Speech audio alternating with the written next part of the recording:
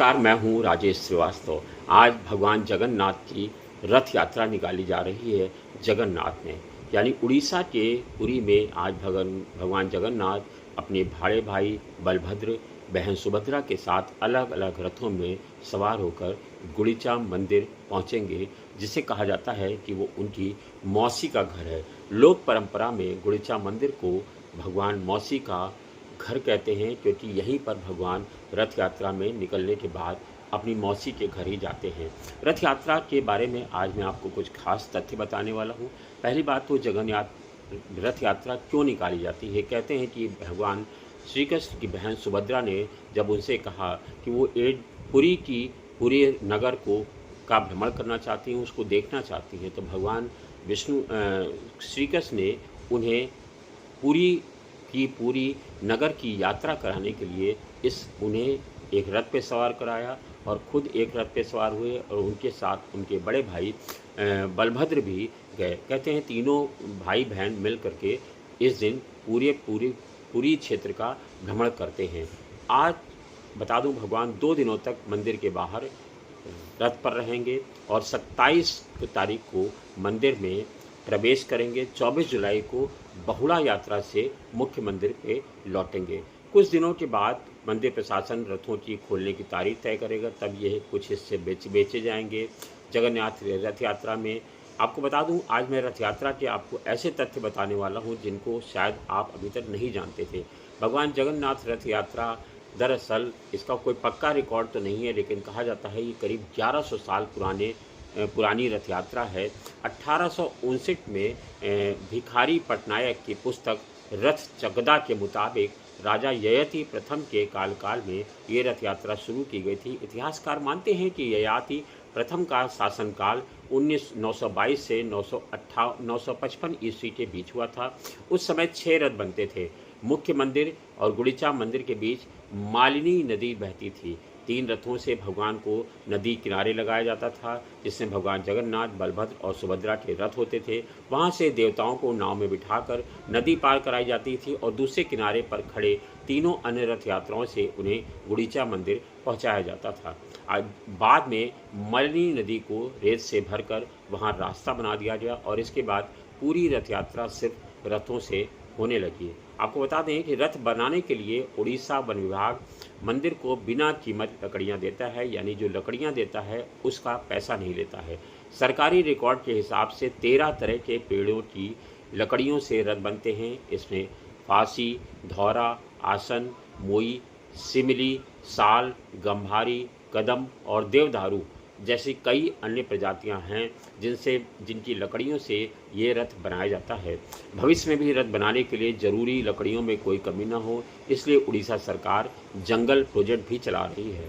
बसंत पंचमी पर इन लकड़ियों की पूजा होती है। इसके बाद रामनवमी पर पूजा के बाद तीनों धौरा लट्ठों की चिराई से इसका काम शुरू किया जाता है। रथ यात्रा के लिए आपको बता दूं कि हर साल 3 नए रथ बनाए जाते हैं। पुराने रथ दोबारा इस्तेमाल नहीं होते हैं, यानी कि जो रथ पिछली बार बन चुका है उस रथ का या उस रथ की लकड़ी का कोई इस्तेमाल नहीं होगा।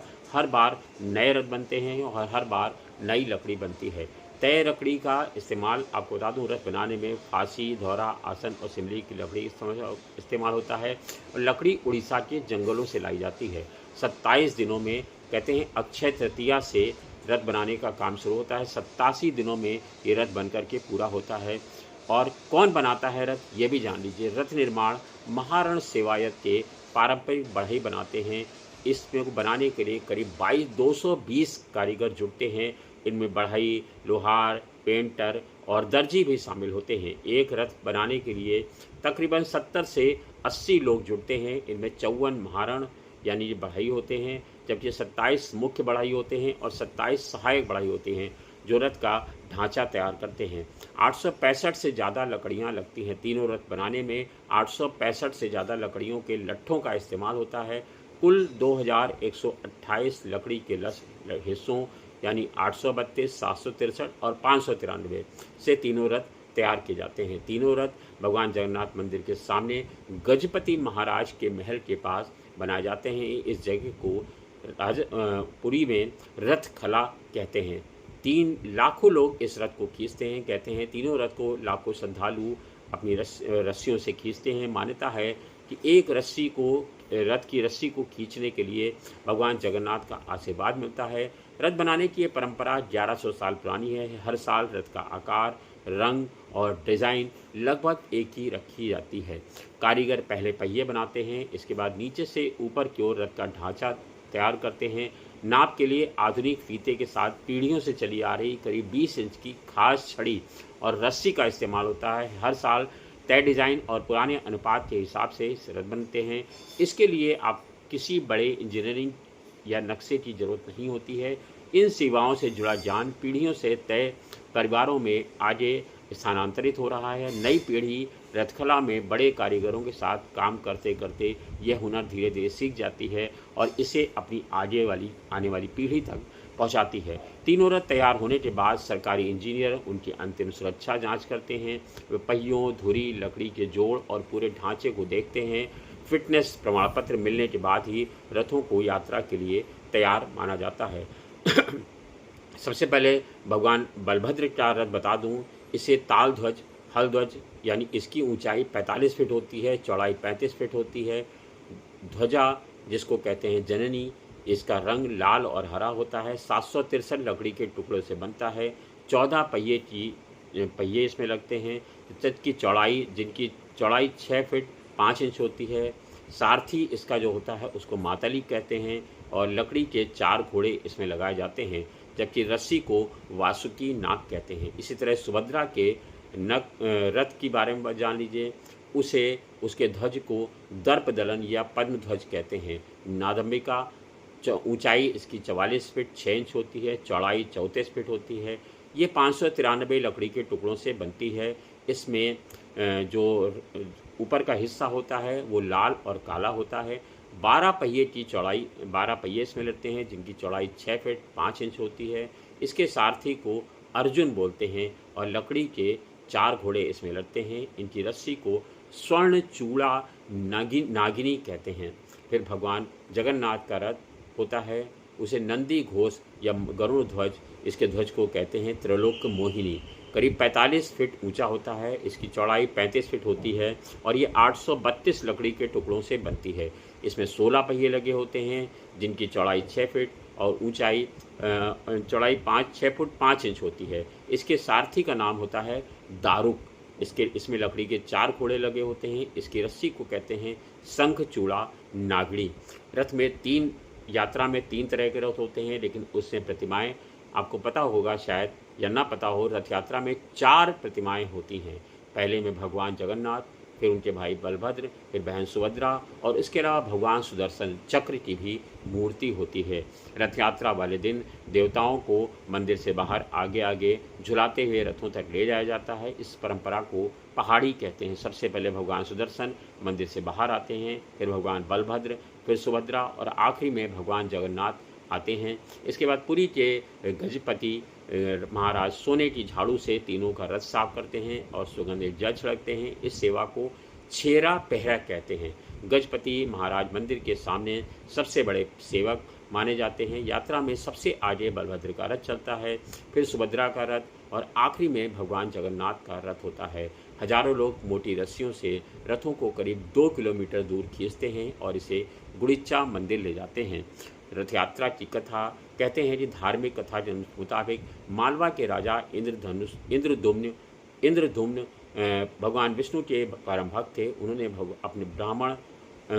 अपने ब्राह्मण पुरोहित विद्यापति को भगवान नील माधव की खोज में भेजा था। नील माधव को आदिवासी प्रमुख विश्ववसु जंगल के रूप में पूजते थे। विद्यापति ने विश्ववसु की बेटी ललिता से विवाह किया और उनकी मदद से नील माधव के दर्शन किए। जब राजा वहां पहुंचे तो नील माधव अदृश्य हो चुके थे। इसके बाद भगवान ने सपने में आकर आकाशवाणी में बताया कि समुद्र किनारे दिव्य सुगंधित लकड़ियां मिलेंगी, उसी लकड़ी से भगवान की मूर्ति बनाई जाए। और गुड़ीचा मंदिर को भगवान का जन्म स्थान माना जाता है, क्योंकि यहीं पर सबसे पहले मूर्ति बनाई गई थी। मान्यताओं के अनुसार रथ यात्रा असल में भगवान का अपने इसी जन्म स्थान पर जाना है। यहाँ 7 दिन रहने के बाद तीनों भगवान वापस अपने मंदिर आते हैं। इसे बहुत बहुड़ा यात्रा कहते हैं। आपको जानकारी जानकर आश्चर्य होगा कि रथ यात्रा पूरी होने के बाद सिंह द्वार के सामने बड़ा डंडे पर खड़े रथ तुरंत नहीं खोले जाते हैं। इसकी तारीख मंदिर प्रशासन तय करता है और पारंपरिक सेवक ये काम करते हैं। सबसे पहले रथों में लगी लकड़ी के घोड़े, सारथी और रथ के चारों लगे देवी देवताओं की मूर्तियां उतार कर रखी जाती हैं। ये हर साल नई नहीं बनाई जाती हैं। रथों से निकाली गई लोहे की कीलें मंदिर प्रशासन के ऑफिस में जमा होती है। पहिए और नक्काशी वाले खास हिस्से अलग गोदाम में रखे जाते हैं। यात्रा के बाद पहले सुभद्रा का रथ, फिर बलभद्र और आखिरी में भगवान जगन्नाथ का रथ खोला जाता है। रथों को ऊपर से नीचे की ओर खोला जाता है। सबसे पहले शिखर का हिस्सा हटाते हैं, फिर आखिरी हिस्से में पहिए अलग किए जाते हैं। एक रथ को खोलने में करीब 4 से 5 दिन का समय लगता है और तीनों रथों को खोलने में लगभग 15 से 20 दिन लगते हैं। इस रथ में लगे हुए लकड़ी के घोड़े, सारथी, देवी देवताओं की मूर्ति, लोहे की कीलें और नक्काशी बेचा नहीं जाता है। इसको गोदाम में सुरक्षित रख दिया जाता है, जबकि तीनों रथों के पहिए, रथों में लगी लकड़ियाँ, खंभे और पहिए, ये चारों चीज़ें उसमें पटिए, ये सारी चीज़ें उसमें बेच दी जाती हैं। इन सामान को बेचने के लिए मंदिर प्रशासन रथ के हिस्से की तय प्रक्रिया से बेचता है। इसके लिए न्यूनतम कीमत और आवेदन के नियम जारी किए जाते हैं। रथ के हिस्से को खरीदने के लिए अलग अलग आवेदन और फीस जमा करनी पड़ती है। उसके बाद एक से ज़्यादा दावेदार होने पर सबसे ऊंची बोली लगाने वाले को इसका दे दिया जाता है। पिछली बार आपको बता दूं, जो जगन्नाथ रथ यात्रा का पहिया था उसकी कीमत 3 लाख रुपए लगाई गई थी। खरीदार को लिखकर देना पड़ता है कि वह रथ के हिस्से को सम्मान से रखेगा और उसे दोबारा नहीं बेचेगा, ना ही किसी दूसरे को देगा। मंदिर, मठों और सार्वजनिक संस्थानों को पहिया देने के लिए बिक्री के लिए अलग से मंदिर प्रबंधन समिति की मंजूरी जरूरी होती है। भगवान रथ यात्रा की 2025 की अगर बोली की बात करें तो भगवान जगन्नाथ के एक रथ के पहिए की कीमत 3 लाख, बलभद्र के एक रथ की कीमत 2 लाख और देवी सुभद्रा के एक रथ की कीमत 1.5 लाख रुपए में बेचा गया था। बची लकड़ियों को रथ के अगले हिस्से में बेचने के लिए और बांटने के बाद बची लकड़ियां मंदिर की रसोई में भेजी जाती हैं। इससे भगवान का भोग बनता है।